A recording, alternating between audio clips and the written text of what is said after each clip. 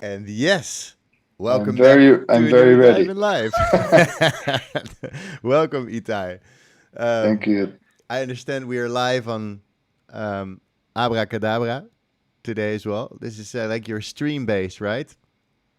Yeah, Abracadabra is where, yeah, it's basically where I do all my streaming. Yeah, I remember because when we were doing the home flows, when I was still living with Duncan, we also I think we got raided by Abracadabra or the other way around, or I don't know. We were always. Well, also, we played for you or after you something, but I'm not sure if it was With around that. Duncan. Yeah, yeah.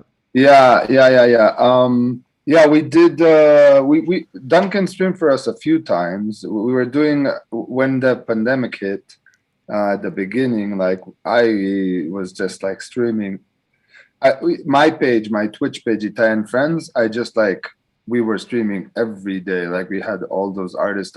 Basically, I got a little crazy to be honest. Like I just was like, we need to move Yeah, all what we're doing to streaming and to the computers because the world is never gonna open again. yeah, yeah, yeah, And yeah. like everything's gonna change, and if we don't start learning how to bring audience online, we'll starve. Yeah, yeah, exactly. We'll Basically, starve it's entertainment. like a paranoia. Yeah, yeah, Um, yeah. We had sort of the same also. Like we need to go online. Yeah. yeah. So we had you and Duncan, and we did a collaboration, I think, with Rapture, with the Oh people, yeah, the New Rapture York as well. Yeah, people. yeah. That's where I knew it from. Yeah. And are they also Yeah, still streaming? Is Rapture still streaming as well? I think very, very, very Yeah, a little, lot of people very like gave up on it. rare. Yeah, yeah. A lot of people was like, okay, it's open. Bye, bye Twitch. Bye. But it's good to have you, Yeah. man. I know that everything you do, you usually go full force, of course. Also with the music. So it doesn't surprise me that you started streaming like crazy when the world was, you know. Yeah. Yeah, I mean it's something to work on. I think to balance it out and not to, not to go all in all the time on everything. You Yeah, know. yeah. You need to have some rest, but you live in a nice place. I see sometimes you make super nice videos of the sun going down, and you're like, so you're pretty zen as well. So I It's the it's don't the worry. sun going. It's the sun going up. It's Oh, your is it? nighttime, Oh, and it's right. my Yeah, yeah. Oh, morning. yeah. It's exactly, yeah. Or maybe it's in the morning. You post it in the night. Yeah, because you're 9 hours earlier, so it's pretty early there. I did a whole hike today and walked for a long time, like 14K or something. It was really nice. And now we're back for music. So it's good to have you on my show. We do this every week with the Dive in Live. I also started when the pandemic hit. I started streaming how I made music. And I was like, hey, maybe I should invite people. And it's an honor to have you because we know each other through Duncan, I think. He spoke to you and Yeah, he sent me a WhatsApp like, hey, this is Itai. Knock yourselves out, guys. And we did because we started, I think, in January or so this year, January or last December. even before. I think it was like December or something. Yeah, Yeah. yeah, and around May the album was done, which is crazy. It's or May or June. Yeah, I mean, done as far as like the arrangements. I think it was even end of April. Even Yeah, like I played a lot of these tracks on like my birthday party weekend. I think yeah, around end of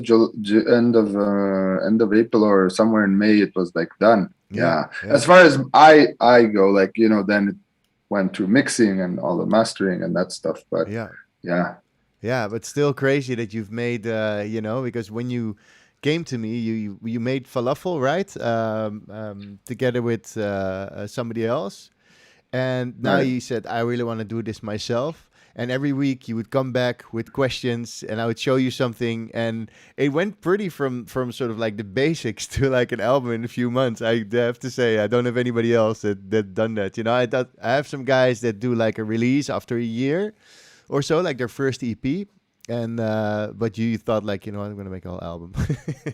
It's, well, even though the mixing, of course, you share with Jaron. Yeah, So that's which did an amazing job. yeah. Everybody that sent something to Jaron is ready to have his track come back. I actually have the jingle of Jaron here. Let me play the jingle of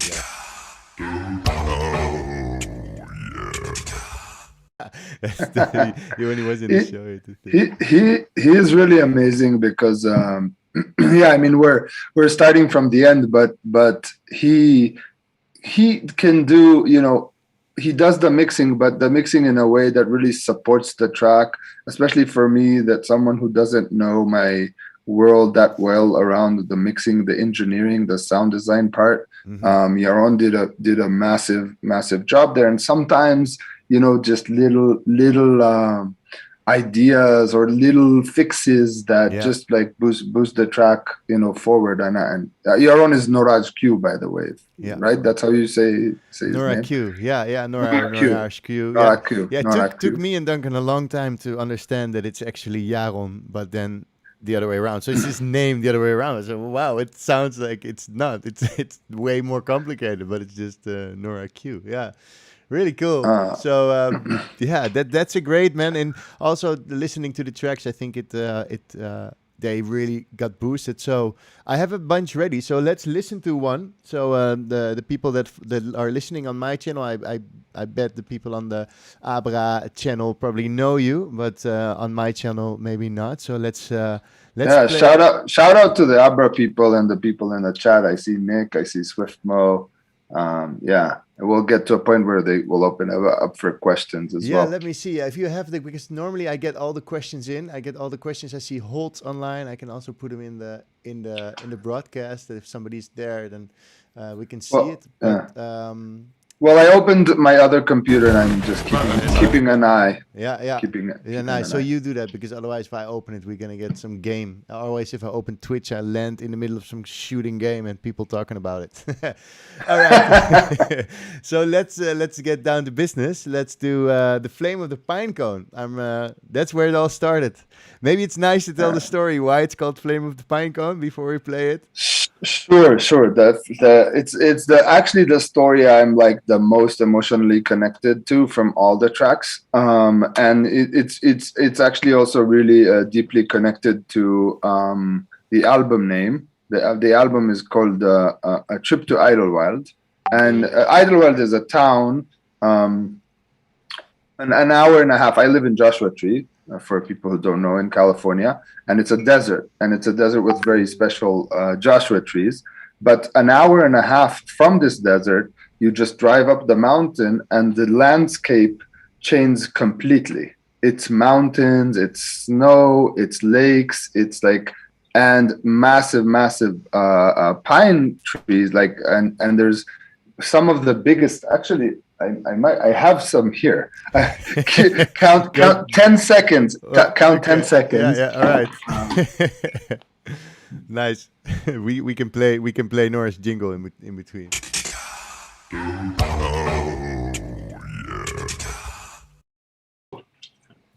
This is a small one. Wow. This is like a half.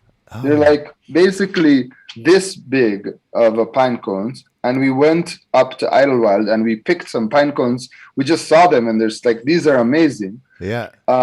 And then there was a power outage, and it was like this winter night, like a movie. Like it was windy and stormy, and the power went out, and we were tripping. In short, I'm not gonna get into the details, but we had this fireplace, so we started like throwing these pine cones, these amazing, like massive pine cones, into the fire, and the way they burn is just incredible. Yeah. Even when you're not on any substances, so it's just, and I started feeling this like sense of this like like this like black flame and like this like flamenco dancer, like Spanish dancer coming Yeah. out of the flames. And like I felt this like flamenco kind of guitar and this like Spanish like Latin music. And I went home and I was like, I need to make a track. Like this needs to be a track. And then, you know, it came the flame of the pinecone. Super And nice. I I can think imagine if you let's see play this it. glowing, if you see it's glowing red and you see it like it's sort of like dancing in the flames. It's super nice. Let's play it, Flame of the Pinecone.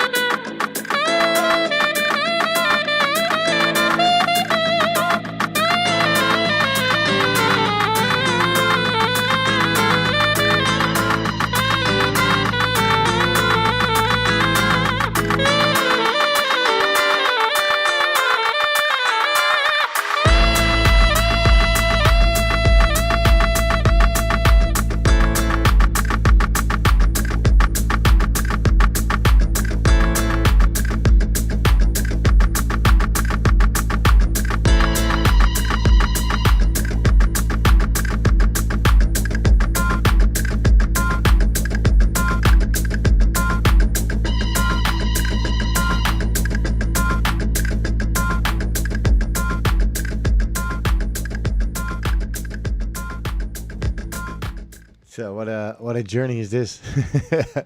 It's so nice. It wasn't it Yeah. like a trip in Idleland or a trip to Idleland? The name of the name of the album is a trip to Idleland, Idlewild, Idleland. Yeah, but it's definitely a bit of both. yeah, yeah.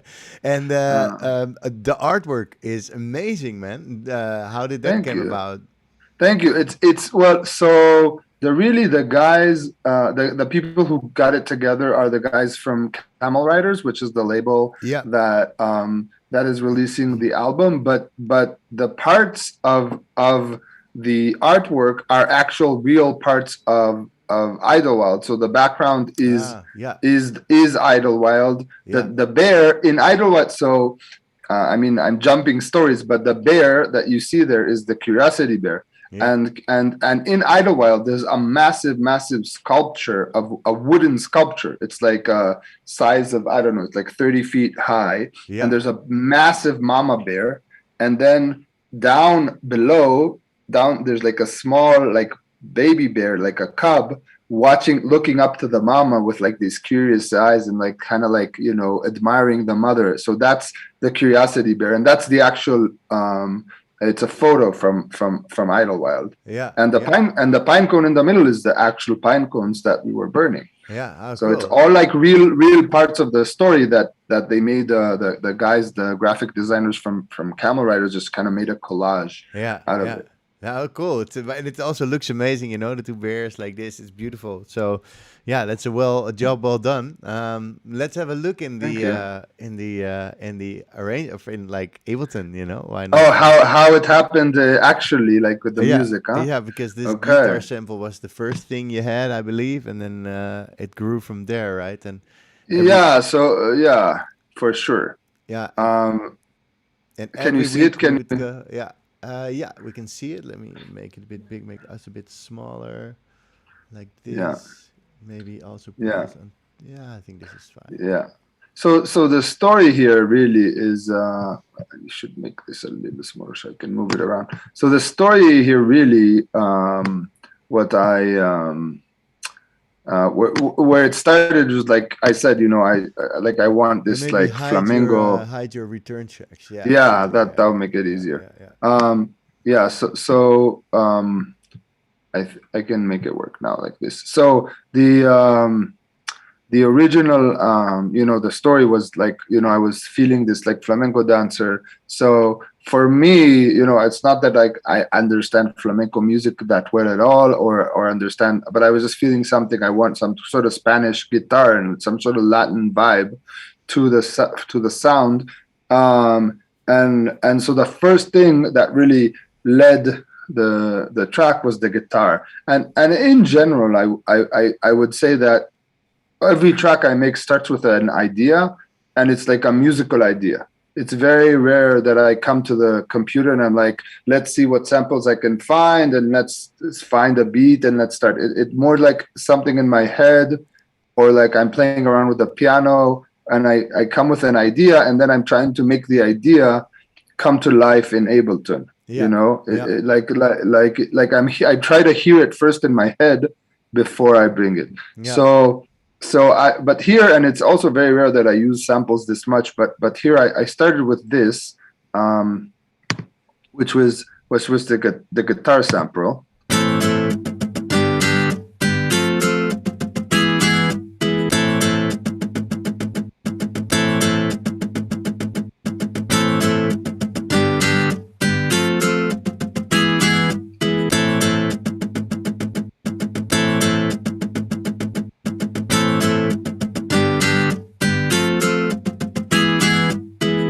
Right, and that's even more developed. I started with this. Sorry, this is where I started.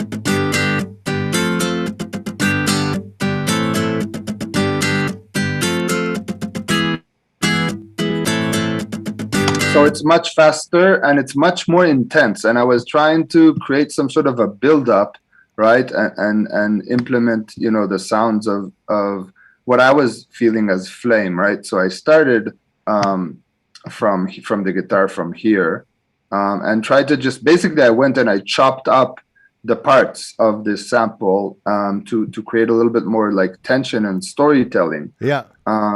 So this is how it starts, right? And it's very quietly, but I just took like the scratching of the guitar at the beginning, not any chords, like not any full chords. You know, so it's just like the strumming,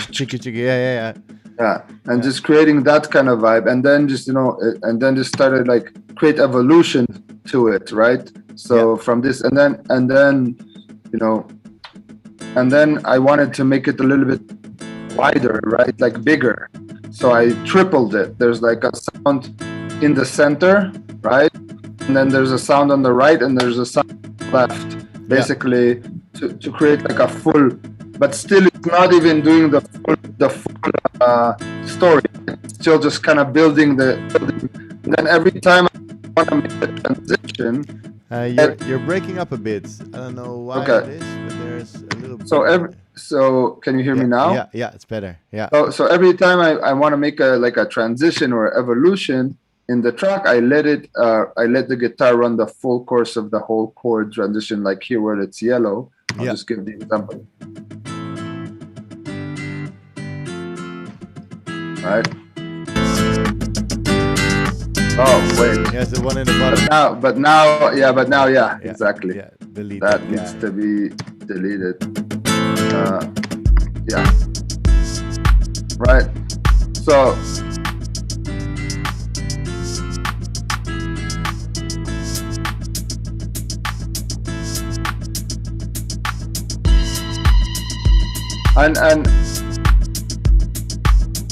And I would say that that's kind of, for me, that's the thing that's leading the song. Like for me, the saxophone, for example, that sometimes is the lead instrument and it's playing a melody, but like for me, the saxophone is a decoration. Yeah. For the guitar, everything else is kind of leading it. I find it interesting, and I noticed it when we started doing the sessions, that you said, I just have this idea, I want to finish it. And I was like, no, you need to make more tracks, because most of the people that I teach, I say, just make more, because they make more or like house oriented or, just that's a bit more, I want to say generic, it's a bit, you always want to approach it from like a musical perspective, because you played the saxophone like practically all your life, I think. Like for over 20 years, yeah. So that you always approach it from what can I do with my fingers or my hands, and create like an idea, and from that idea you start building. And so you came to me with this already, like, okay, I want to make this album, and I want to have this track, The Flame of the Pinecone. And every week you would come back with like, I now have also this track which I started, and in this track I did this. And every week you had questions, and we would go back and forth about the ideas, what for like changes you could make. And I find it really interesting in how you picked up everything, like, okay, pattern variations, I can see how I can make it evolving and do it like this. And it's really, really nice to see how easy you approach making music. And I think for me it was a big eye-opener.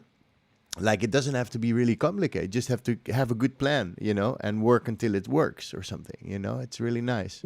I mean, I think you can approach it in many different ways, right? Like, I know producers that are like, throwing in a beat and then see how that beat works, and then keep going, and they keep building on that and try different things and look for samples.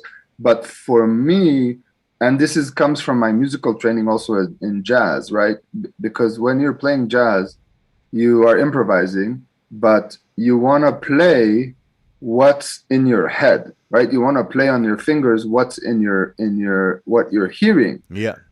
You don't want to just play and see what happens, right? Yeah. So that same approach is like what I'm trying to bring when I'm producing, is like I'm trying to see, what is happening there in my head and how do I bring it to life. And I think that's why our process was like me coming with ideas and then with questions, hey, how do I make this happen? Because I want this sound to be thinner. I hear it in my head, it's too fat, I want to make it thinner. Or I hear in my head, this needs more tension. So how do I bring that? And that's kind of been, and the things. It's really interesting how it came about. And it's nice. So basically, like, every track in the album has the saxophone, right? the album has 8 tracks. There's 7 of them have the saxophone. Yeah. Okay. This is the way the track. This is the way doesn't have the saxophone, but it has iwi. Oh yeah, the iwi. And I use the iwi. If you guys don't know what that is, it's an electrical wind instrument, and it basically operates a lot like a saxophone. So, but you can use different sounds. So if for me, my fingers and my head work like a saxophone player. So if I want to play like some interesting idea, like a trumpet, I rather do it like this than do it on the keyboard. Yeah. Um, yeah. That's So interesting. Yeah. yeah. Yeah. So on the track, This Is the Way, I play the iwi, which sounds like a flute. It's using the flute sound. Yeah. And in the track Darkness, there's very, very little saxophone. Like it's a very small touch. Yeah. But it's an interesting question that you ask, because like I had a conversation with another, like a pretty well-known and respected producer, and like about, you know, my evolution as an artist, and then he brought up the idea, you know, that maybe I should challenge myself to make more music that doesn't have the saxophone. Yeah. And I think that's interesting. Like you know, like it's not, doesn't have to be a must. And actually, the two tracks that I made edits to after, like the not edits, but like a tribute, like the Queen one, the bicycle one, and the Say My Name. Yeah. Both of them didn't have a saxophone. Yeah. And they were pretty good. I really liked the bicycle one. It's a shame I wasn't there at the Burn this year to experience it, because I would have definitely come with my bike and do tring tring tring tring tring. You know? yeah. Maybe if we have time, we can also. It's not in the album, and I'm not planning on releasing it, but maybe at the end we can play it if we have time. Special occasions. Yeah, it would be great. Hey, and so this is like the unmixed version, right? So this is how you would send it to Jaron to have it mixed. Correct. Right. Yeah. This is how I send it to Jaron. It's not mixed stems, of course. Yeah. Mm-hmm. Yeah. Cool. Do we have anything else so we can tell about this this, because this was the first one, and I remember at some point you said, "I think it's done." I think it's also done. Yeah. I think mostly like the interesting part I was trying to see all the time is, how does this sound like fire? You know, like what sounds like fire? And I think that the way the guitar here is chopping, you know, at the beginning. But I also think the bass line did a really good job with that, you know, like with feeling like like it feels like something dramatic, you know, like a fire is exploding, is burning. And also the bass sometimes goes you know, sometimes it's like automated for it to slightly, you know. And I remember I said something, but this bass, it's too much bass. How are you gonna mix that? And then when it was sent to Jaron, it was all fixed, you know. Well, I mean, some of the sounds, it's one of the biggest challenges for, it was also like, we went through a lot of back and forth, me and Jaron. One of the biggest challenges in music that is like this slower, for me, I like to do like a smaller divide, like the 16th note. You know, when the music is like 100, when it's 90, when 95, 100, 105, like when it's not like 120 BPM, it feels like it needs a little bit more like push, like something needs to, and instead of going like doom cha doom cha, you want to do like tuku, tuku, tuku, tuku, like to get that feeling of like double time. The moving. Use more 16th notes, so you actually get the feeling it's faster. I recently made something really slow, and one of my students said, "Hey, but why does it feel so fast?" I said, "Well, because like there's 3 elements all doing like chicka chicka chaka chicka chicka chicka chaka." Exactly. It's like you use these 16th notes to create tension. So exactly. But when you do it with the bass, and I like doing it with the bass, I really like the sound of that like double time bass. It's challenging with the mix. It's not easy, and Jaron did a great job with fixing that, but it's still like, it's always been like more challenging. Because you get so much low end energy that it's bound to like mask frequency wise. It's gonna mask your kick or any other low frequency, so it's gonna be really, really tough. Hey, we got Berkey online. What's up, Berkey? Great you're tuning in again. Nice. That's cool. What's up, Berkey? Berkey. Great name. I like the name Berkey. It sounds fun. It sounds gezellig, you know, as we say in Dutch. Yeah, it's cool. So how's the Abracadabra doing? Do we need to play something in the middle? Abracadabra is doing great. They gave me a mid-roll to roll. Shall I play this mid-roll? I think it's a track from Amin K. And they call it mid-roll. Is that like a term for streaming? I don't know because I have no idea, but you can play. I love Amin K let's and I play this track. It's called Taran. No, is it yeah, something else? exactly. Yeah, Yeah, exactly. I play that track at the Burn a lot. It's a good Yeah. track. It's faster than I usually play, but sometimes it's perfect. Yeah, shall we play a mid roll? Hey, Conari's online. Hey, my friend. That's another student.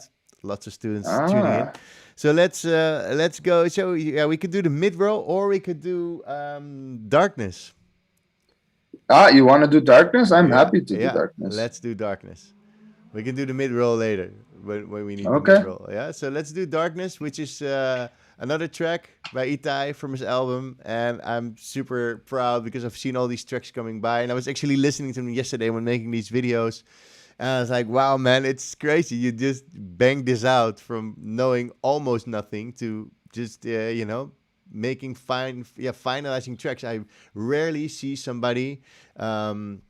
Actually getting so efficient in making finishing tracks, which is really cool. You have yeah, that you have a really Yeah, a good lot of a lot of a determination. lot of DJs and friends of mine um, are like, yeah, finishing the track is the hardest part. We never finish the tracks. We have like 150 projects open, and I'm like, no way, like no fucking way. I'm gonna make like 150 tracks just to finish five. Yeah, Like, like I just can't do it. And also, like, it's because there's a reason that music is there. Like, I feel like there's a story to tell with each of these tracks. So if there's a reason why I made this track. It's not just because I was bored in yeah, the house, right? yeah, So if I'm trying to tell a story about darkness, for example, like I want to tell that story, I want to finish that story. And obviously it's smart, you don't want to push it. Like if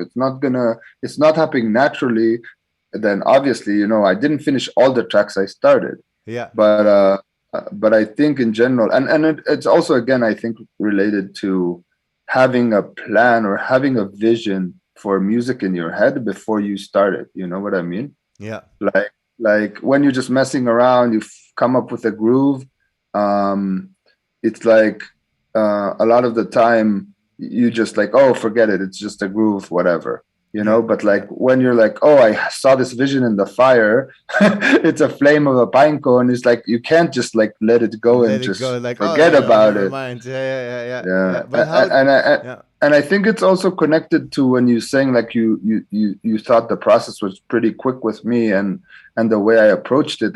I think it also has to do with just having a lot of stuff in my head, you know. yeah, And I think that's something in general. If I can give anyone anything from me to them in the, like, I don't feel I have a lot to teach about the technical side of producing because I'm just learning it from from you yeah, in the past year. But I'm not an expert, but I feel like if there's anything I can give is the, trying to bring, what to hear, trying to hear what you want to happen before you hit a note. Like even try to sing the melody. It's like when we went to music school, there was like a teacher that was always making us sing, and yeah, I didn't understand why I have to sing if I'm a saxophone player.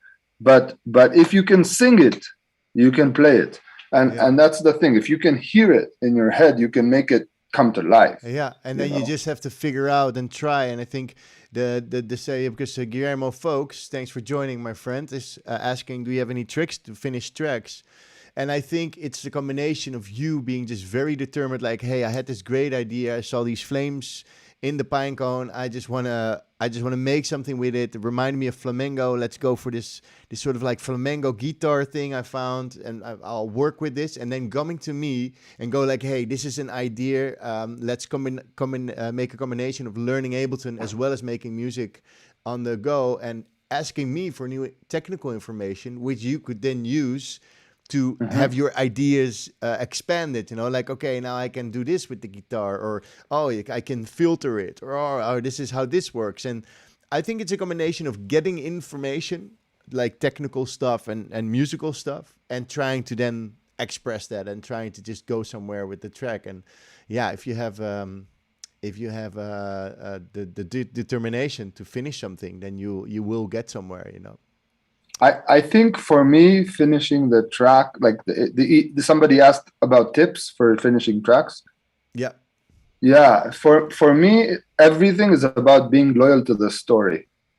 If you know the story you want to tell, that's the most important thing, and you don't have to get like into the nitty gritty of like, you know, some people are become super perfectionist about where to put the snare, or is the snare sound good or not or whatever. And I think that's important. I'm not saying don't pay attention to the sound, but the most important thing is, are you telling a story? Is this track telling the story that you want to tell? And at the end of the day, if you're telling a story and people can hear the story, that's the track is done, you know. Yeah. Nice. That's one of the nicest things that somebody ever said, actually, in this, you know, like, because we're always so focused on how to do something technically or how to get this sound of the other producers and to that level, but in the end, it's like, what the fuck you're doing? Why are you doing this? What are you conveying? What is your story, basically? You know, why? And it keeps you authentic too. Yeah. Like if you're telling your story, you would never sound like anyone else. Yeah, you know? Yeah, exactly. It's your. You know, you sat there at this fire at the pinecone and whatnot. Yeah. This is a great piece to say. Thanks, Itai. Let's try Darkness. Okay, guys. Yeah, somebody in the chat asked also. Ranolix is asking in Abba, is say play Darkness. Yeah, we're gonna play it now. Okay, here it comes.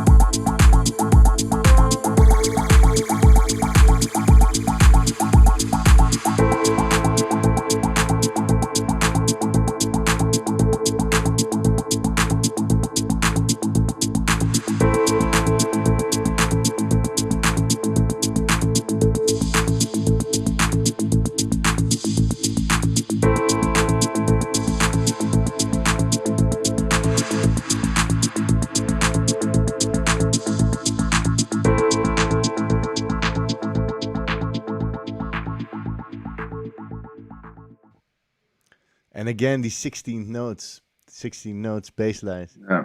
you know. Yeah, the bass line is still there, but this track is actually much faster. It says 112. I kind of remember I ended up doing it 114, but maybe I'm wrong. Yeah, this is very interesting track for me. Yeah, I don't know. Do you have any questions? Yeah. I'm really curious for the bass line, you know, like because it's funny to see if you play the bass. Yeah, let's play the Um, bass.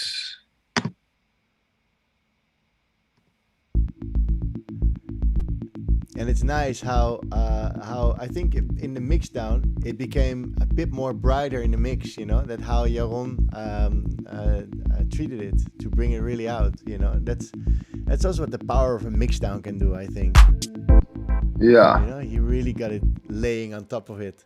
And my favorite sound is the da da da da da da da da. I Right. remember when you made that, I was like, whoa, this is like, especially in the end when it's only I think it's the meow keys, no? Is it the meow keys? Yeah, it's Da the da meow da keys. da It's da. here. And then there's little in the middle where it Uh, goes ba ba ba ba ba ba ba ba. Yeah. And yeah. this made it like super trippy. And I remember, wow, when you have this go on, and at some point when the kick comes in, it's really uplifting, you know, and get you. Yeah, Yeah. I think that works. So how does this feel to play this on the dance floors? How does it? You know, you've been working so long on it. We've like from like a month, 5 months or 6 months, and suddenly, you know, the world started opening up, and you got your gigs. You're like, yes, now I can see what it does. You know. Yeah. I mean, this is a track that I don't play a lot. I definitely played it on the dance floor, and it was very interesting to see. It's like it's a track for me so far when I play it. It's one of those tracks that keeps the energy like where it is. You know, like when I play Flame of the Pinecone or some other tracks like Jacob Ladder, like it's just like it's explosion, you know, on the dance floor. Yeah, And because this you have the track is climax. like it just keeps it grooving. Like everybody's still grooving. Nobody leaves the dance floor, you know, but it's also not like wow, you know. Yeah, yeah, And I like it in that sense. Like you can play it at like 2, 3, 4 a.m. and you know people are just like in their groove, and it works yeah, like very very well in that sense. yeah. It's like And a it's good amazing to bass. play. Yeah. And Yeah, it's like a nice bass that keeps you like in the dun, dun, dun. It keeps you like yeah, sort of hypnotized and flowing. And yeah, I really like that about this track. yeah. And then it I has mean, this track was. Sorry, what were you saying? yeah, I really like it how it sort of keeps you in this like hypnotic kind of vibe, and then you have the pam pam pam. So it's like also sort of melancholic or something. It's nice Yeah, how it came together like this. And this one went pretty yeah. fast, if I remember. This one went pretty fast or not? Was this? Well, it did and it didn't because me and you on this track had a little bit, I feel, of disagreement at least at some point. Like Yeah, like I approached this track like first of all, this track started from this bass line that you're talking about. Like yeah, most of my tracks start differently, but this track started from this like what am I love this bass line. I found this bass line and I'm like I just want to make a track with this bass line, right? yeah, And so that was basically what was leading the track, right? But this whole time, my feeling around it, like first of all, it's called darkness, right? I was trying to get this feeling of darkness, but not in like a negative way, right? Like I didn't want to approach darkness. Like you can even see that I named it at some point. Darkness isn't bad, yeah, yeah, yeah. but I felt that was like over explaining, so I didn't want to do that for the name, but that's the meaning, and so I was trying to keep it the whole time very very like minimal, you know, Yeah. very simple. And you kept saying like you need to add a little bit push, a little Yeah, bit things, a little yeah, I bit remember. drums, a little Yeah, bit percussions, a little bit yeah, things. yeah, And I tried, and it ended up being having a lot of like pieces, but I still somehow it kept like the minimal sense, yeah, you know. yeah. I um remember that. Yeah, yeah, and I think there's actually a lot of separately, like as much as it sounds minimal, I think there's a lot of very like separately very interesting parts. You said already those meow keys, right? There's like it's like in this range between. I wanted these keys to be in the space between groovy and annoying. Right? Yeah, It's like yeah, this space. Like if you do it too much, it's like fucking yeah, annoying, yeah. right? But if you do it just enough, it's like, oh wow, this is cool. Yeah, that You know? it doesn't really get too annoying. And now what and the Right. funny thing is, if you can you show the channel of the meow keys, like This one, yeah. yeah, it's like You the mean funny thing like is this? like that's also something for the people watching. You Yeah. don't use any external plugins, so you only use Oh, Ableton based sounds, which I find yeah. really cool. And I think in this one you also use the delays and the reverb because if you can see with small, medium, big verb, that's and Yeah. the delays. That's always part of my thing that I show people workflow wise, and I see the meow keys are being sent to the delay as well to have a little bit of more groove going on, and it's really nice. Yeah. We used that, and we used automation also on the Meow keys at some points. Like I Yeah, think at the end, that last note, you know, yeah, that automation is automation off. Yeah, thing. But yeah, I think the thing about only using Ableton is really connected yeah, to our conversation. What we're talking about this whole time of like trying to bring what's in your head to life, right? yeah, Because as long as I can, I was just not looking for other plugins, right? If I get to a point where like, oh, I'm trying to make something and it's not possible, then I'll be like, okay, what plugins should I use, right? yeah, But so far, yeah. it seemed to be working without it. So why?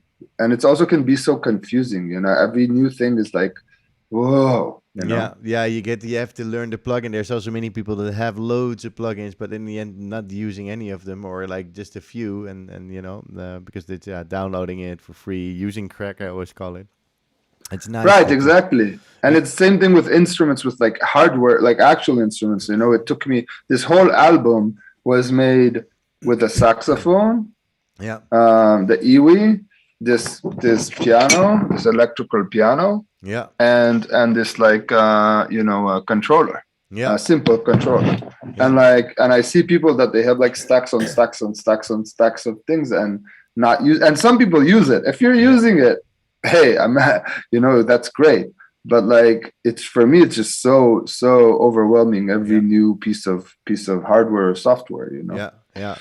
Yeah, man, it's all about the tools that you use and that everything that you already have should be used, And if you do Right. and you master it, then you can really get to a good point. By the way, Right. Maxime, you're online. Nice that you're tuning in. Our saxophone guy from France. Have you ever Oh met yeah. Maxime Guerrero and at the Burn, or because he's I also don't know. Maybe have he's we met Maxime? yeah, I don't know. Yeah, you might have. You never know at this big desert. But he's also bringing Right. in saxophone always, and Uh-huh. he also did some lessons with me. He's like one of my first, I think one of my first students online also, like the year before, and he's also making moves. And it's nice to see fellow saxophone guys in the chat. Oh, I know Maxime Rugfire. Yeah, I see Rockfire. Yeah, I yeah, see yeah, his yeah, yeah, face. I see his face now. yeah, Then I recognize him. Of course, yeah, yeah, I yeah. know. Yeah, he also streamed for us. Of Oh, course. nice. Yeah, yeah, yeah, yeah, yeah. Yeah, groovy stuff. He likes Workles. I remember. That's Yeah. his name, right? There's you know who I'm talking about? Yeah, yeah. I also know. Workles. Yeah, yeah. This guy can I play. remember him playing those tracks, and nobody really in the scene that I know plays a lot of him. Yeah, So it was refreshing. yeah. It's very Uh, musical. This workless. I saw him play in yeah, Holland once in closing with his. He's got his big, I think, a Nordlead stage piano with him or some piano kind of thing, and he just fucking yeah. rocks it on his piano, man. Yeah, he It's has a whole like orchestra show yeah. also, like a Okay. Yeah. full Oh, band. yeah, yeah. I think he's just a classical trained Yeah, type of guy. Yeah. It's like very classical, very dramatic yeah, yeah, music. yeah. It's like Yeah. very like the melodic techno, kind of melodic deep house kind of vibes. Yeah, it's really cool. Yeah, man, and we have the jazz people. We have, it's nice to hear all these musical influences. Usually, I'm more like production-wise into the realm of house. Like just straight up like Hmm. '90s inspired house, which I love a lot. This groove never leaves me. But it's Yeah. really Is cool. it like Chicago house a little It's bit, like the Chicago stuff you House, play? yeah, yeah. It's a Yeah. very Chicago-based Yeah. house. I really enjoyed it. But it became so fast. Lately, it's like at 100. My new release is going to be 128 beats per minute on the label of Just Butler. Yeah. I And mean, every time I hear something yeah, you play, I'm like, oh yeah, that's Camille. Like it's yeah, very clear yeah. that it's you. The hi hats and I just love this swing and these grooves. It's been my thing for a long time. But I do, like with Duncan, we did this remix for Maga, which was totally different for me also to do. But it's also nice to like expand your horizon at some point and make different stuff. And it's I think you learn a lot from making different ideas, which actually brings me to the next track that you made, which is Curiosity Beers. I Yeah. couldn't, like I told you today just before, like I added again. I listened to your tracks because it's been a while since we had a session, right? And I was going to, I was like preparing my stuff. I just came home from a hike, and I noticed that I was having Curiosity Beers in my tune, and while you were working on the track, the whole week, every time we would have a session, I would have this song in my head, which is really funny, and it's really one of my favorites because that shows how versatile the stuff is that you make, and also like how you approach the album, which I find is really cool. So let's play Curiosity Beers, guys. Get the beers out, and we'll have a chat about them after this song. Sounds good.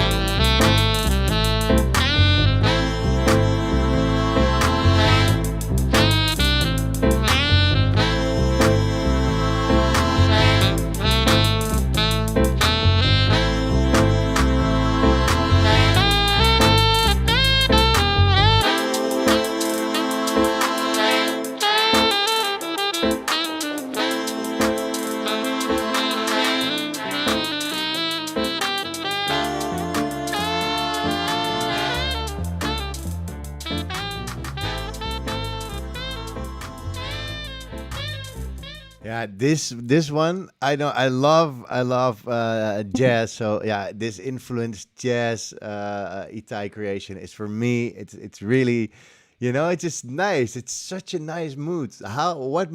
What created this? You just had this sort of like this blues kind of scale, and you're like, let me just rock this. What happened here? Well, this also, it started with a story. It also this story happened started in Idlewild, um, and I am not 100. I'm not 100% sure how this started, but my girlfriend, my partner Irene, she started calling me Curiosity Bear in that weekend.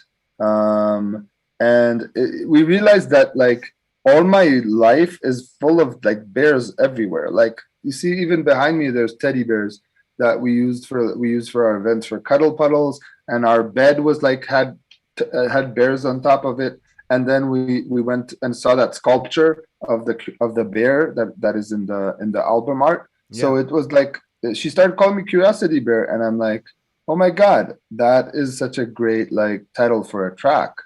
And then I was like, if I was a Curiosity Bear, how would I sound like? Right. And so um and so what really started, like I said, every track has an idea, right? Like something that comes and leads. For me, every yeah. track like has some lead track thing that leads the track. So for me, I just started. I don't know if you can hear this. Can you hear the piano? Yeah, Can you hear this? yeah, yeah. So yeah, I was just, how is gonna a Curiosity Bear sound like, right? And so for me, a Curiosity Bear sounds like this.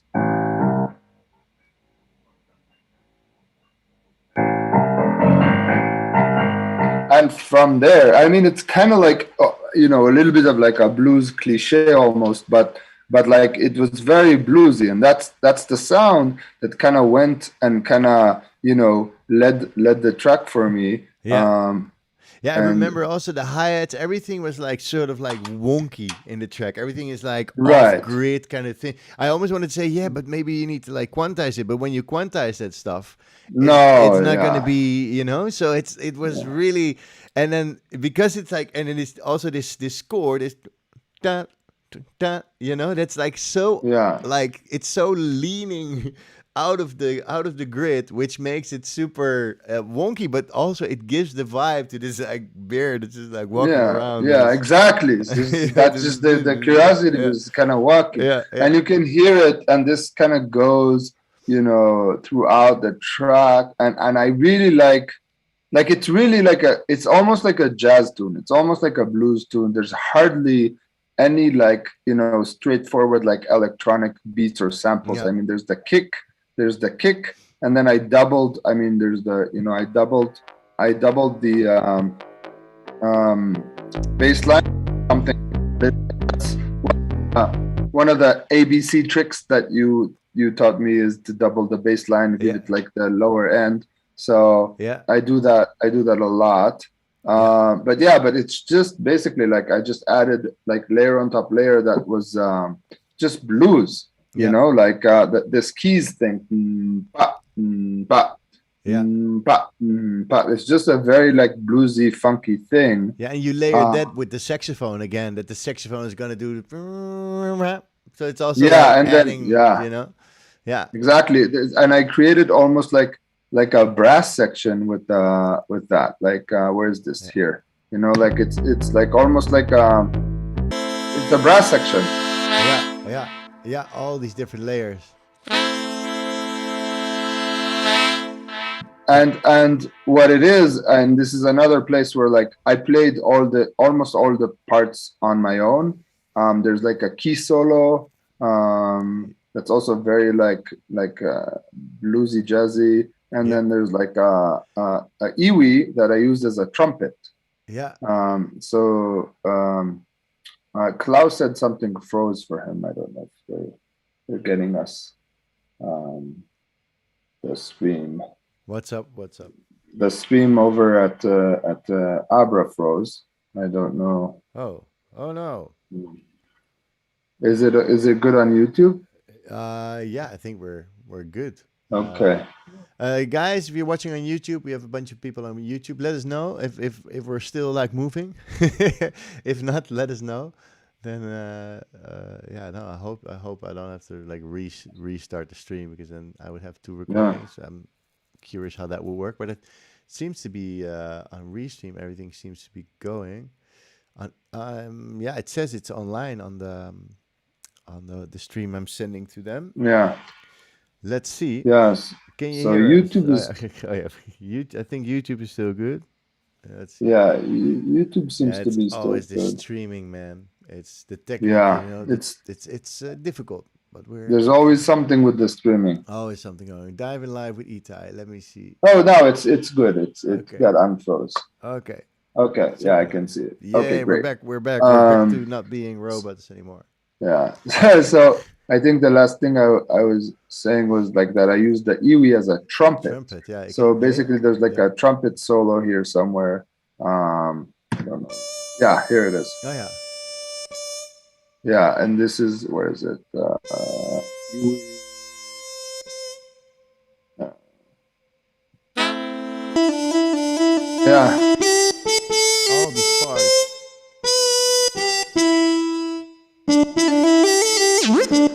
Oh yeah.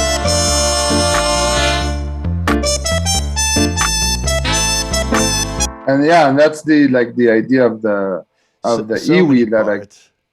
so many parts. This one has, and I think the funnest part for me was like, I mean, this is I mean, it's a little bit of music conversation, but this whole area, I started going to like a double. Like we talked about how The things double feel time.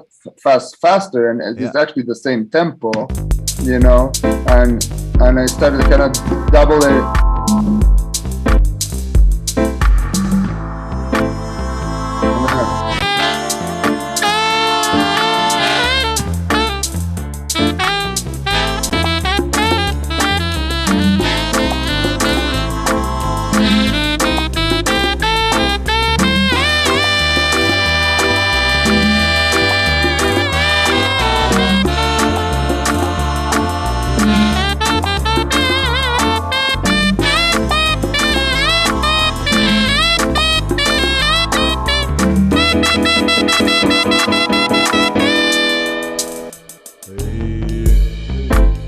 Yeah. It's so So cool. so Yeah. so that double time and also the blues, it normally goes, you know, when you're playing the blues, it goes like one and then like a four, Yeah, right? yeah, And yeah. then it goes to the five. Yeah, And yeah. all the whole track, I'm not going to the five until you see where it says go to the Yeah, go to five. the So five. it Yeah. just creates this tension that Yeah. really, no,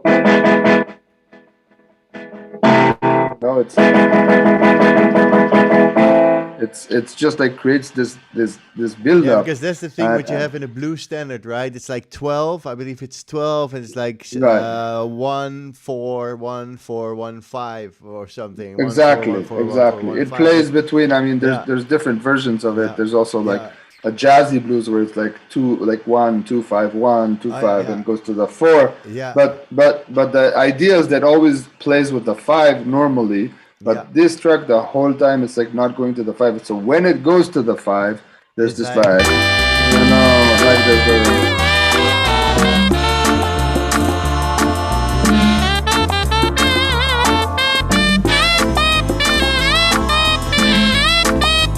and then it goes.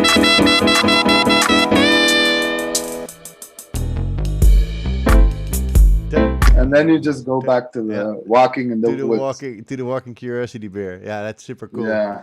Yeah, that's super nice, man. I really remember when you came with this track. It's like wow, and then it got stuck in my head.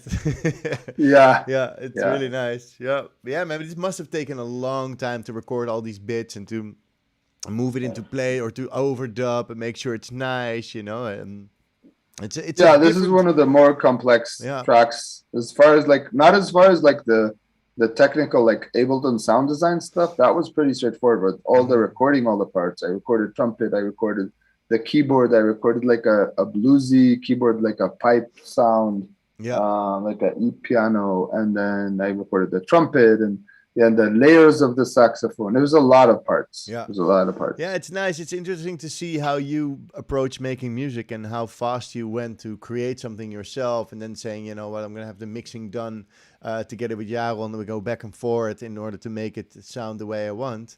But this is really a Hmm. good way of approaching it, you know, not making it too complicated. Use gewoon sounds that enhance your story and it will get you there, which is really really interesting to see how fast that went from your side. It's really nice.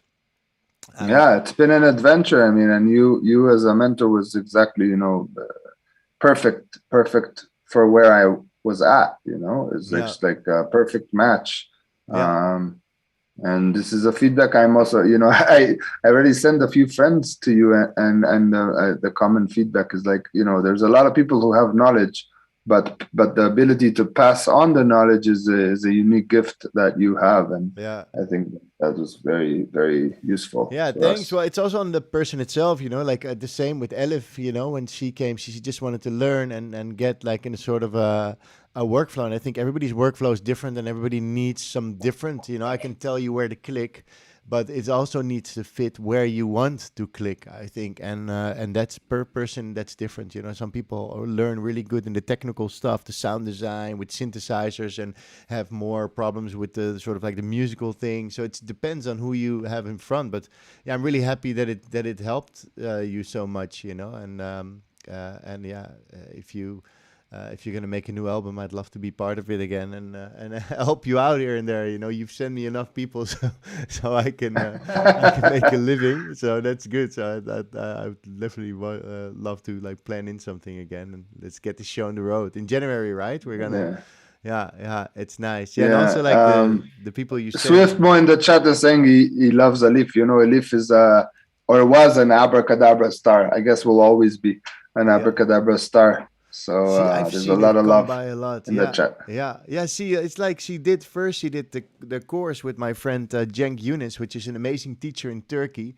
So for people in Turkey, yeah, you probably know the Yunus Academy. She went there, and then she came to Amsterdam. She said, "Hey, you know, I also like to do that same sort of course with you so we can start from the scratch and I really want to pick it up and you know there's I can teach people stuff like you have to click here you have to click there and you come on make music if you really want to do this and then she really took it and the same like you came every week and you had questions and the people that care the most you know as soon as they start to cancel I usually go like hey stay with me here you know but if people continuously come, then they get somewhere. But it's you have to do it. You have to make the steps. And yeah, you obviously did. Elif obviously did. So she's been doing some crazy stuff now. On I think she's on Poker Flat and on Yuna, and I don't know. She did some crazy releases. She So definitely releases. She released on Anjuna a few times. Yeah. yeah, yeah, she works hard, man. And she had the crazy streams. I saw her come by so many times, like dancing and singing in the mic or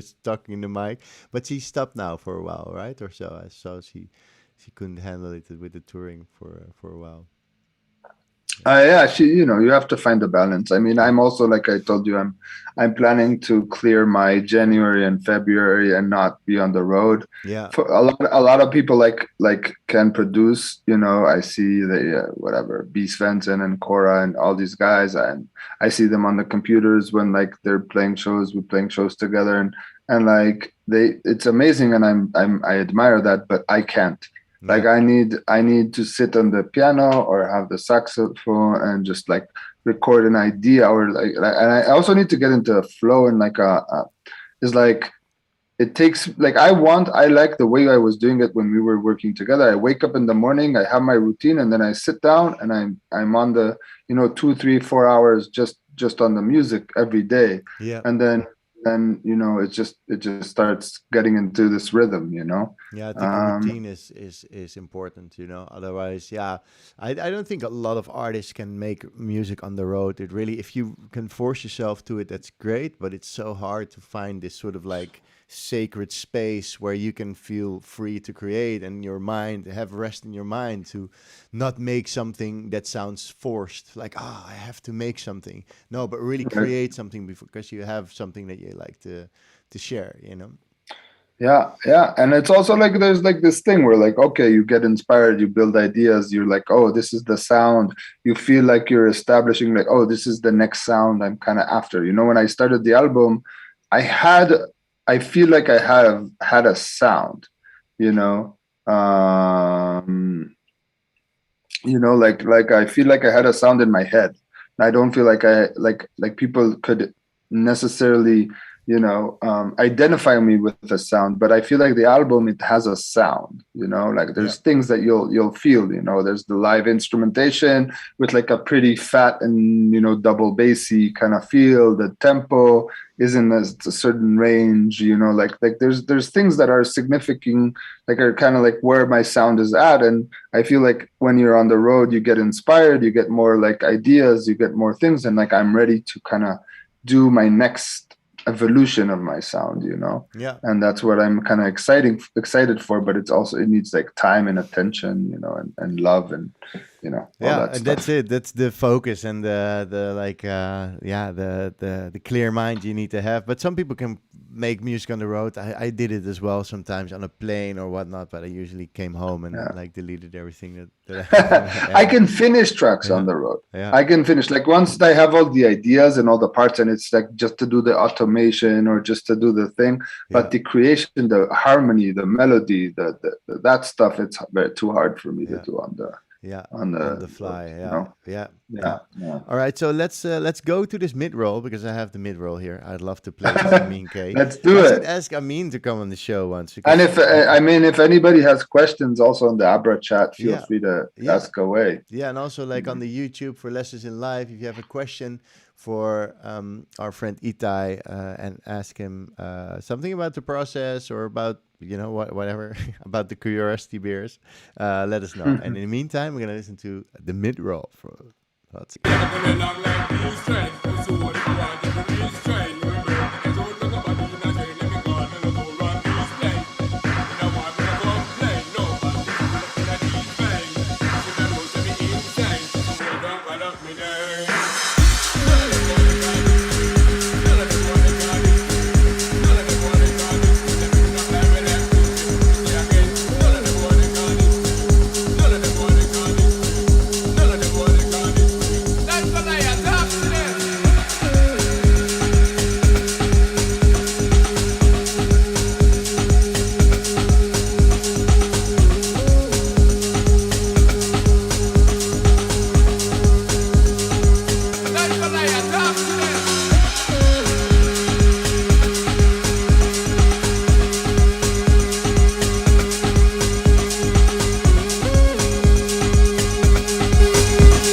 Whew. This was Taran, it's called, right? I mean, K El Mm-hmm. Loco mix, which is out now, which is cool. I never have these kind of things. It's nice. I need to have more jingles like the one that I have from.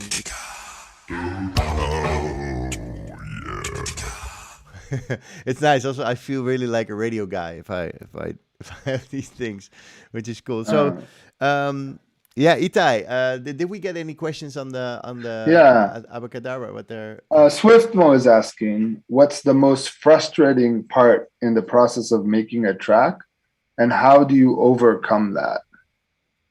Um, it's an interesting question. Do you have an answer for that? Yeah, well, I have to say that I'm pretty bad at these things. If I get frustrated at some point, you would work on the track. I'm just gonna make three new tracks, and the one that flows better, I'm gonna finish. And it could be that at some point I go back over my scraps. I usually divide my creative process in just jamming loops out and ideas. And then I might, if it's really nice, I might go all the way to the end of a track, leave it and finish it the week after. And that's the best ones. These are usually the best ones. But if I have one which starts really nice, but in the process I get stuck, I'm really bad at finishing these ones. So what happens is that I save it and I come back to it later when I feel like ready for battle and finish it off. Then sometimes I finish it off, but sometimes it takes a really long time for me to then finish that track, or maybe I'll never finish it. But then I'll make five new ones and just finish those, which is nice. Yeah. Yeah. Yeah, I think the most frustrating part for me is like when I'm hearing something that I want to hear, and it's not sounding that way. Like I want something to, I want the kick and the bass to work, and it's not like the sounds are not what's in my head. And Yeah. this can, and you just go. I mean, the way to overcome it for me so far was to use help from someone else. Like when I was using Camille's help, or later on I was using Yaron's help. Um, that that is that that is kind of like what I did to overcome that, Yeah. and try to get over it. And I think sometimes what you said, Camille, is like sometimes giving things just time. If you just get stuck on something, it's not working. There's a limit of how much you can push with artistic process. Yeah. Like you can't just push it. You can't just push it until Yeah, and it if you breaks. get stuck in the mix, for instance, I always do my mixes myself, but there was three times, like two times I asked Jaron to do it, and one time a guy called Jesse Medway. That's more like 10 years ago, and I got stuck with a mix, and I thought maybe I should ask somebody else to do it. Maybe that helps. And there was this one track called "Talking with Your Heart," a track I made like 5 years or 6 years ago, and Duncan was playing it everywhere, but I didn't think it was good enough. And then at some point he got sick for people asking for this track. He said, "Yeah, just ask this guy. He needs to release it." And at some point, I said, "All right, But I tried to mix it, but I couldn't get the clap right, and I just didn't like my track. I did liked it, but I didn't think it was as good as Duncan would say that it was. So at some Mhm. point, because he sent all these people my way, I felt good about it. It's like, okay, maybe it is actually better than I think. I should get it mixed. So then I sent it to Jaron and asked him like, "Hey, can you mix this? Because I don't, I think you will fix it." And he sent it to me, and I was like, "Wow, it actually sounds different and better than I would have done it." And then I signed it to my friend Malbetriep, his label. He's not running the label Mhm. anymore. He's now also he has a different name. It's an amazing artist from Holland, Mhm. and he released it on his Lines label, which was really nice. And it's actually I'm super happy it got finished. So sometimes it's also just good to send it to somebody. Send it to a friend that can mix it down for you, or get info from a friend that's really good at that certain topic where you're struggling with. But it's always tough. I have so many ideas laying around, Itai. It's ridiculous. Yeah, I know. Like, I know the feeling. I know yeah, the feeling. yeah. Uh, and there's a few another two questions. So is asking Swifton was asking, how or when do you come to the conclusion that okay, this track is done, Oh, yeah. uh, and what makes a track complete to you? Um, and I mean, I kind of touched on this a little bit before. For me, there's like two parts, right? One is like, does it sound good, right? But like, does it sound good? It's more like, are things that bother me in the sound, or there's sounds that are clashing, or Yeah. is there something that doesn't sit right in the sound? And the second question, which is for me the most important question, is like, is it telling the story that I want it to be telling? Yeah. Is it, and if it is, then for me that's the most important thing to say a track is done. Yeah. Uh, Yeah, I usually write down stuff. So I play the track. I'm not looking at the screen. I'm write down everything I don't like, or mhm, where okay, here's losing energy. Oh, rides are a mhm, bit too loud. Oh, maybe bass should be a bit more mono in the low, whatever. All kinds of stuff which could notice me, which I could notice, and then I will go into the track and only change these things, and then make a new render, leave it for mhm, a bit, and then make some new notes on it. And I think that's really important. I heard this in a Red Bull Music Academy interview with this guy called Object. He's a great artist. And he also said, like, just write down and just only do that. Don't go in and do all kinds of other stuff, because then you also will have more stuff that might be out of balance. I think that's a really nice way to go about it. But to be honest, you actually never know when it's done. You just I think when a lot of the times for me, if you play it out and it works, then yeah. it's like Then it's it's ready. getting there. Yeah, yeah, Like, yeah, like if you play it out and nothing bothers you and everybody and it works on the dance floor, yeah, then like, you know, then why go back and keep and keep messing with yeah, it? yeah, Like at some point you can start ruining it. yeah, You yeah, know. yeah. Yeah, it's hard because if you do it too much, you start overproducing it, and that might be Yeah, sometimes it's not better for the track. No, no, definitely Yeah, not. Yeah. yeah. All right. And the other, yeah, another There's question. one more question: is where is the strangest place that has inspired you to make a track? Wow. Whoa, I'm really curious. That's it. That's it. Yeah, I mean, I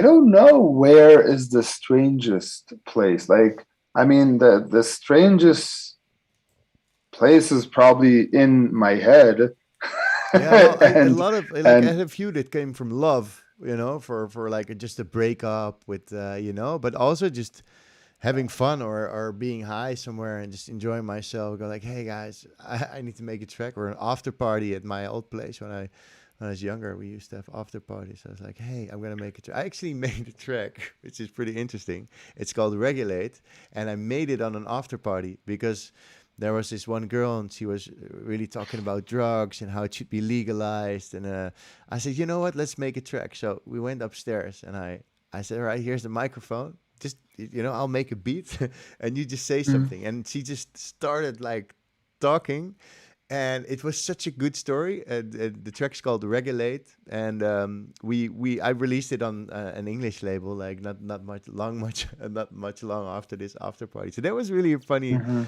funny moment of just starting to follow in like intention, like impulse. We're like, hey, let's do this. But yeah, I think a lot of inspiration also comes. I think for me personally, if I go out to the beach and I walk to the beach and I look on the sea and I see all these boats from which I don't know where they're going, so all these people on the beach or somebody running by, and I realize everybody has a life, and it's just, wow, this place is insane. There's so much stuff going on. These sort of moments of, how do you call it? Realization. These give me a lot of Mhm. inspiration to like, hey, how can I translate this feeling into something, or this feeling what I have now, I should put it into a track. And also moving to Spain, like all the titles I recently make, everything Yeah, has got a name, it's got a name of Spanish name, yeah, That's funny. I've got Sueños, and I've got another one, Nunca Olvidar. It's like never forget. So it's nice that you get moments yeah, that you capture. Yeah. But you probably have a yeah. great place there in Joshua Tree as well that you just go, because you go on walks a lot, right? And Yeah, I mean, there's definitely, I mean, but like I can't think of something that's like super strange, but like, yeah, I mean, I love the desert here. I love the Joshua trees are just like every tree on its own has its own story, its own look. It's special on its own way. Um, so yeah, I mean, but like I can't say that, oh, I was in the bathroom of like the airplane and I was like, oh, yeah, yeah. No, I also didn't know, but it's hard to see where they come from or what happens. I usually have it from yeah, encounters with people, good parties, or moments of tranquilidad, like yeah. relaxation in the forest, whatever. If you, it could be so much. Yeah. Nick in the track in the chat is giving you a shout out for your track. Yes, baby. Is that a track of yours? Yeah, definitely. He Yeah. says such a dirty, dark jam. That that Love it. that was actually another love story. If you listen to the lyrics, it says, Yeah, "What you want, baby? Who you want?" And it gets yeah, really fucking dark at some point. Talking about darkness, that was pretty dark, but it was fun to make, yeah, because I believe if you get that out there, it's gone. You're like, release. yeah, It's a yeah. It's dirty. definitely It's like there's lots of noise in this track and very filtered. Yeah, yeah, it's definitely therapeutic. I yeah. mean, to get music out Yeah, there yeah, it's for funny. sure. Funny to look back on your music also years later, and you go like, oh yeah, you can remember where you was, who you were with, what were the latest things you were busy with, and you're like, oh yeah, Yeah. it's such a strong like time machine to go back to a certain moment. I really like that. Uh, that's nice. Yeah, Well, cool. there's another question. I mean, if you want to keep going, All right, yeah, why not? um, uh, we can do one more. I mean, is asking how many tracks do you have in the back burner that you just haven't been able to complete due to like a creative block or other factors? I think I have 1,000 over the last like 15, 20 years. It could be 1,000, and I also Hmm. keep them all. I recently went through all the old ones, and the stuff that was really crap I deleted. But there's folders and folders and folders. And how much do you have? Because Not much. no, Not no. much. No, I mean, I'd say there's one track that I got stuck with and I didn't finish. I still didn't give up on it, but like, remember that funky one? The I did like a track that's like Oh Don't yeah, Forget yeah, About the Funk. yeah, yeah, Yeah, yeah, yeah, yeah, yeah, it's like yeah, a yeah. guitar riff, and I never felt like it had a story interesting enough to release Yeah. or finish. I couldn't like I just couldn't finish it. But other than that, it's mostly things that I just didn't have time to get to and finish. There's like, but for me, it's like under 10. Yeah. Most producers that you ask that in our scene probably have hundreds, you know. Yeah. Um, Yeah. but for me, like we talked about a little bit before, um, it doesn't work like that. Like I really have like an idea with a track and I want to kind of start and finish it. But who knows? I mean, maybe in a year or two or three, I'm going to have also 1,000 tracks out Probably you there. will have more and Uh, more and more. uh, Accumulates over time. But it's nice to, uh, I think there's also a lot of thing to say for creating a lot of ideas. To sort of like quantity over mhm. quality. And once you start picking the ones to finish, you do quality over quantity. So you really go like, okay, this was a really good story. I can feel the vibe in this one. But yeah, to be honest, the best ones I made just were done in like 2 days or 3 days, just really like, Right. oh, boom, great idea. I feel the vibe. I get all the way to the end. I do one more finalizing session and one more mix down session, and it's done. It's, Yeah. but yeah, it's such a journey, and therefore it's so fun to make music. Yeah. You also want to make It's music? Get in touch. Lessonsinlife.com. We can teach you. Yeah, Camille nice. is a great teacher. Camille is a great teacher, and yeah, if anybody here is considering that, I would highly recommend um, getting some info and lessons in life from It's the nice. Always welcome to mas check it out. maestro. Yeah, I try to help everybody, and I really, it's nice to see people making steps like yourself, that you really like facilitate somebody to be able to express what they want and to get somewhere with it and to inspire other people to just do what they want as well. I think then we're creating new musicians, and we're giving the Yeah. world new music and stories which are better than some other stories that we see daily on our news feed. Some stories that Mhm. have actually some fun or some experience and feeling to it that I think that's really important. Muy importante. All right, so should I let the people know we are going to stop in a bit. I needed to let them know. Yeah, yeah, yeah. Let the tech people know. I Tech mean, I people. can play. You want to play the bicycle one, the Yeah, Queen one, yeah. before Let's we let's wrap it do up? that. That's great. Okay, I'll give a very quick intro about this. I had this idea for a very long time, um, and it's because at Burning Man, everybody's on their fucking bicycles all the time, and they're just going around, riding their bicycles. And I was listening, and I think I saw like one of the recap videos from Queen, and being like a bicycle, with a tuned bicycle from Queen. And I was like, how did nobody ever like do an edit for this for like the burn? So yeah, so this year I had my first opportunity to play on Robotart, and I just said, okay, I'm gonna make this. I'm gonna make this happen and open my set with it. And I made a very long. I'm not gonna bore you with this. I made very very long, like 2 minute intro of nothing, which was for the saxophone. And then so I played the saxophone live. I didn't start from the bus. I started You from the went in ground, from front the of the desert, yeah, and just yeah, yeah. started walking up, playing the saxophone, and then you can hear the gling gling. So I think it's a. I don't think I'm gonna release it. It's just like feels very. for the moment Yeah. type of a track. Yeah. Maybe I'll play it at the burn. Maybe I'll release it before the next burn for people who want it for the burn. I don't know, but for now, it's just my own little Yeah, secret. yeah, it's your tool, That's I Yeah. know that Duncan and Jaron also have, and that's also for every producer. You're the first one that have your track, so you can keep it as long as Yeah, you want. And I think this is a really nice concept. I don't think you want to do this every year at the burn, but this would be yeah, definitely you can do this one more time for sure if you want. yeah, for sure. So this is like how it starts. It's just like a long intro of like, and I was playing sax on this live, and then the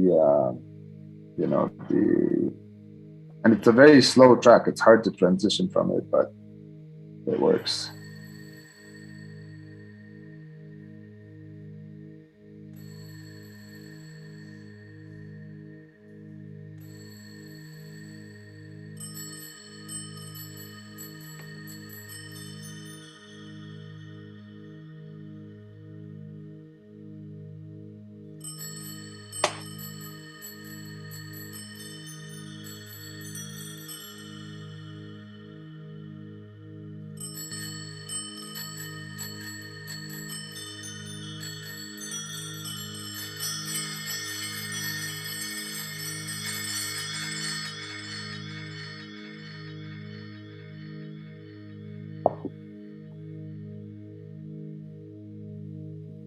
I want to ride my bicycle, I want to ride my bike.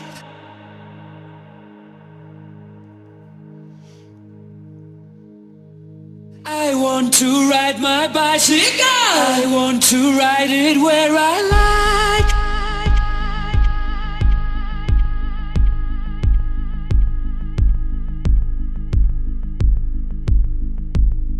I want to ride my bicycle, I want to ride my bike.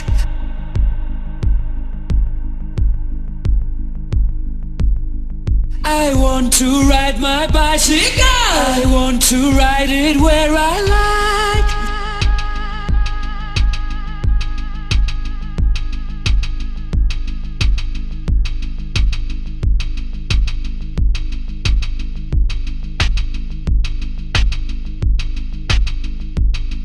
I want to ride my bicycle, I want to ride my bike. I want to ride my bicycle, I want to ride it where I like.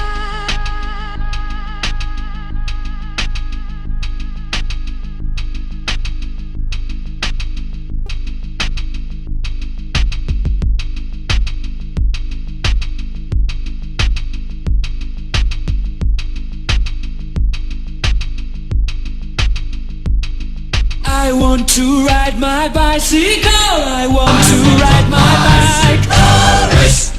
What is that? It's an old sample. I want to ride my bicycle, I want to ride it where I like. That I button. know. I want. Yeah, these are the original ones, I think. Yeah. You say.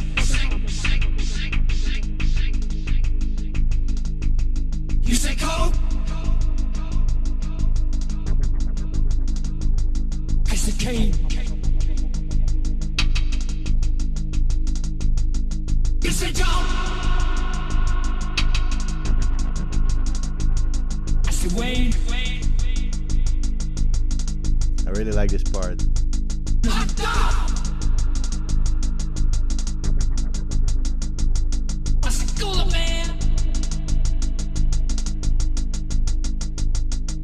I don't wanna be the president of America.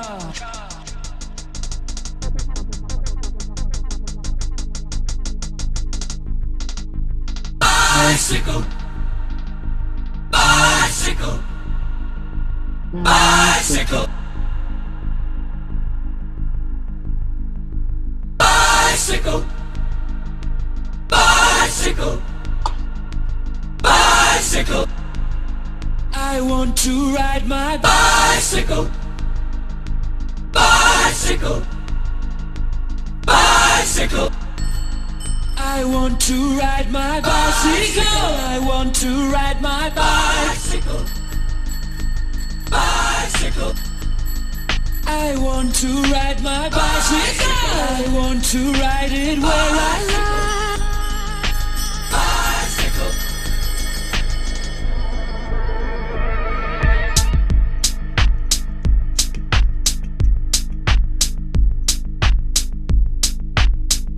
So slow. 89. You can go anywhere from here. Like if you have this like at the beginning of your set, you can maybe in the end speed it up a bit, you know.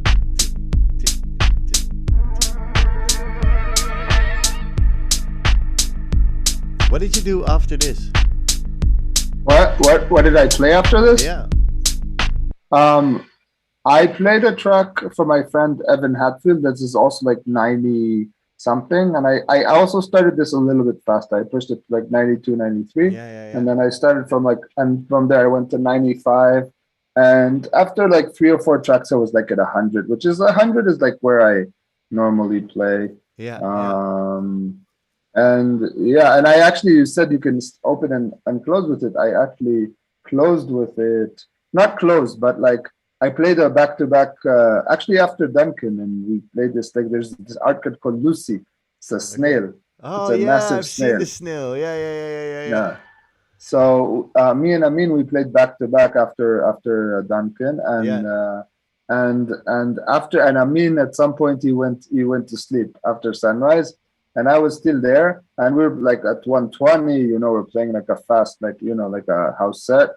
And it's like after sunrise, like at like 7 or 8 a.m., I just dropped it and I played like bicycle. And from then, like I played like half an hour of like 90 BPM, you know, like edits, like stuff, you know, like all like cool things. Amazing. Yeah, it's nice. It's cool to like bring it down and take it to a different realm, you know. Nice. Yeah. So Itai, thank you for sharing all your music and your ideas, and for doing this session. Thanks, Abracadabra. My pleasure. Thank you for having me. Of course. And thanks everybody for watching. It will be still online on youtube.com/lessonsinlife. There you can watch back the whole session if you want. Also, again, if you'd like to learn more about Lessons in Life, what I do courses for beginners, intermediate and advanced. I do private lessons with people like Itai, but also other people around the world. And 5% of all the courses and the sample packs and the masterclasses go to Arab Brazil. It's an organization that helps building back some of the Amazon, which has been deteriorating a lot. So you're also helping your planet while getting inspired. And next week I'm back. I have Sota next week, a guy from Berlin, which is amazing. So I do this every week. And thanks Abracadabra for hosting us as well. Have a great night. And Itai.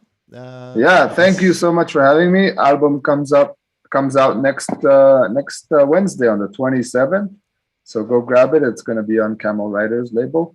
Pleasure to be here. Thanks everybody. Thanks chat, Swiftmo and all the people in Clau. See you soon. Sowieso. All right, man. Hasta luego. Ciao. And they asked for to put some placeholder or something. A placeholder? Yeah, like put maybe that the schedule thing. Or the schedule like maybe. Let's put the schedule. Yeah, the schedule. Yeah.